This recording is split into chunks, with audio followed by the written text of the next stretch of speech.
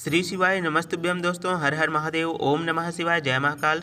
दोस्तों, गुरुजी ने अपनी अभी की कथा में बच्चों को संस्कारी बनाने का बहुत ही सुंदर सा बात बताया है और बच्चों को पढ़ाई लिखाई से संबंधित कोई भी समस्या है उन सभी समस्याओं के निवारण के लिए गुरुजी ने बहुत ही सुंदर सा उपाय भी बताया है, जिस उपाय को करके आज लाखों लोग अपने बच्चों की समस्याओं को दूर कर रहे हैं। तो दोस्तों, इस उपाय में मैं आप सभी को बच्चों को कैसे सुधारना है उसके बारे में बहुत ही सरल शब्दों में इस उपाय को अच्छे तरीके से बताने का पूरा प्रयास करूंगा। लेकिन दोस्तों, आप सभी को इस वीडियो को ध्यान से सुनना है, समझना है। उसके बाद में ही आप लोगों को इस वीडियो में जो बातें आपको बताया जाएगा उन्हें फॉलो भी करना है, तभी आपका जो बच्चा है वह संस्कारी बनेगा और बुद्धि में तेज बनेंगे, है ना, पढ़ाई लिखाई में होशियार बनेंगे। तो दोस्तों, गुरुजी ने बताया है कि बच्चों को संस्कारी बनाने का काम उनकी माता जी का होता है और घर के जो पुरुष होते हैं उनका काम होता है बच्चों की पढ़ाई लिखाई से संबंधित व्यवस्था करना, घर के जो खर्चे होते हैं उन्हें संभालना, घर के महिलाओं के जो खर्चे होते हैं उन्हें संभालना, बच्चों के जो स्कूल के जो फीस होते हैं उनको देना। यह जितने भी कार्य होते हैं खर्चे से संबंधित उन्हें पुरुषों का ही काम होता है और घर की जो माता होती हैं उनके काम होता है दोस्तों अपने बच्चों को संस्कारी बनाने का काम। यदि घर की माताएं दिन भर मोबाइल में ही लगी रहेंगी, पड़ोस पड़ोस की बुराई करते रहेंगी, तो इससे बच्चों पर गहरा प्रभाव पड़ता है। ऐसे में छोटे बच्चे जो रहते हैं वो दिन भर घर में ही रहते हैं, तो ऐसे में बच्चों के मस्तिष्क पर बहुत ही गहरा प्रभाव पड़ता है और आगे चलकर बच्चे भी कुछ बुरा व्यवहार करने लग जाते हैं।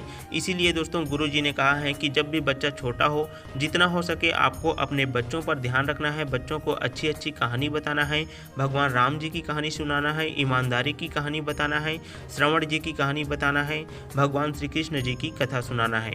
तो इन सब बातों को यदि आप लोग अपने बच्चों को बताएंगे, भगवान भोलेनाथ जी के बारे में बताएंगे, तो आपके जो बच्चे हैं वहाँ बचपन से ही संस्कारी बनने लग जाएंगे और यहाँ पूरा काम घर की माताओं का ही होता है। गुरुजी ने कहा है कि बच्चों को प्रणाम करना भी अच्छे से सिखाओ, बड़ों से कैसे बात करना है उनके बारे में भी सिखाओ। अगर आपका बच्चा बहुत ज़्यादा जिद्दी स्वभाव का है तो उन्हें प्यार से कहो कि बेटा ऐसा नहीं किया जाता है, लेकिन आपको अपने बच्चों पर गुस्सा नहीं दिखाना है।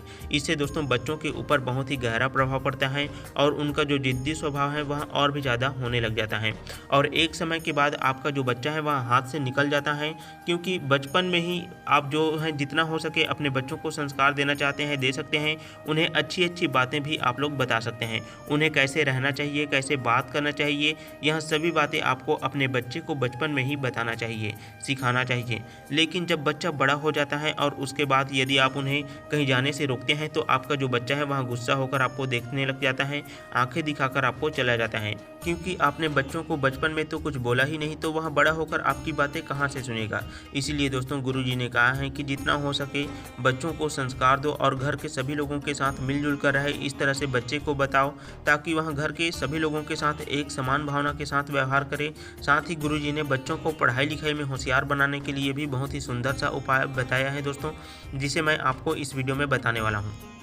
दोस्तों, यदि आपके बच्चे का मन पढ़ाई में बिल्कुल भी नहीं लगता है, वहाँ पढ़ने के लिए स्कूल जाता ही नहीं है या फिर पढ़ाई में वहाँ बहुत कमज़ोर दिमाग का है, कोई भी बात बोलो तो वहाँ जल्दी से समझ नहीं पाता है, उसका पढ़ने में बिल्कुल भी मन नहीं लगता है, तो ऐसी समस्याओं के लिए पूज्य गुरुदेव जी ने बहुत ही छोटा सा उपाय बताया है और यह उपाय बहुत ही आसान भी है। एक बार आप लोग इस उपाय को करके ज़रूर देखें, आपको ज़रूर ही फायदा मिलेगा। तो दोस्तों, इस उपाय के लिए चाहिए आपको मात्र चंदन। आप चाहें तो पीला चंदन भी ले सकते हैं, नहीं तो आप लाल चंदन भी ले सकते हैं, क्योंकि गुरुजी ने सिर्फ चंदन लेने के लिए ही बताया है ना, तो आप कोई सा भी चंदन ले सकते हैं। इसके अलावा आपको कुछ भी चीज़ की आवश्यकता पड़ेगी वहाँ आपको अपने घर पर ही आपको मिल जाएगा और यह उपाय आप कोई भी दिन कर सकते हैं, क्योंकि गुरुजी ने इस उपाय को करने के लिए कोई निश्चित दिन नहीं बताया है।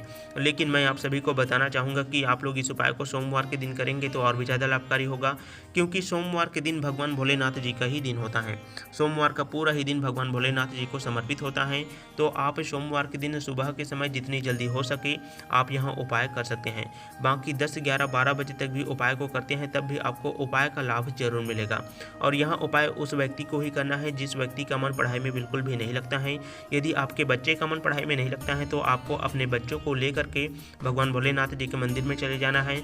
और दोस्तों, यहाँ पर एक और बात आप सभी को बताना चाहूँगा कि यहाँ उपाय आपको अपने घर पर बिल्कुल भी नहीं करना है, आपको मंदिर में जाकर के ही यहाँ उपाय करना है।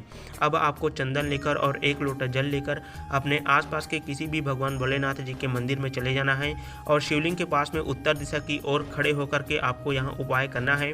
सबसे पहले आपको 1 लोटा जल का थोड़ा सा हिस्सा आपको शिवलिंग के ऊपर में समर्पित कर देना है। उसके बाद में आपको चंदन का लेपन भगवान भोलेनाथ जी के शिवलिंग पर अच्छी तरह से कर देना है। मात्र शिवलिंग पर ही आपको चंदन लगाना है। माता पार्वती के जो स्थान होते हैं, जलाधारी का जो स्थान होते हैं, वहाँ पर आपको चंदन बिल्कुल भी नहीं लगाना है। मात्र शिवलिंग के ऊपर ही आपको अच्छी तरह से चंदन का लेपन कर देना है। उसके बाद में आपको हाथ जोड़कर भगवान भोलेनाथ जी से प्रार्थना करना है कि हमारा मन बिल्कुल भी पढ़ाई में नहीं लगता है। यदि माता पिता अपने बच्चों के लिए यहाँ उपाय करना चाहते हैं तो वह कर सकते हैं, इसमें कोई दिक्कत वाली बात नहीं है। यदि माता पिता इस उपाय को कर रहे हैं तो माता पिता भगवान भोलेनाथ जी से प्रार्थना करेंगे। उसके बाद में आपको उस शिवलिंग से ही हम जो टीका लगाते हैं उस उंगली से ही आपको अपने बच्चे की माथे पर चंदन का जो बिंदी है उसको अच्छी तरह से लगा लेना है। बस इतना सही आपको यहाँ उपाय करना है। अब दोस्तों उपाय के अंत में आपको एक और आखिरी काम करना है। जो लोटा में जल बचा हुआ है ना, आपके पास जो लोटा में जल बचा हुआ है उसको आपको शिवलिंग के ऊपर में अपनी मनोकामना को करते हुए आपको समर्पित कर देना है। चंदन की लेपन को अच्छी तरह से साफ कर देना है। बस इतना सही काम करने के बाद में आपका यहाँ उपाय खत्म हो जाता है। उसके बाद में आपके बच्चे का मन पढ़ाई की ओर आकर्षित होगा, बच्चे का मन पढ़ाई में लगने लग जाएगा। तो दोस्तों आप सभी को श्री शिवाय नमस्तुभ्यम, हर हर महादेव। आप लोग भगवान भोलेनाथ जी के उपाय को जरूर करें।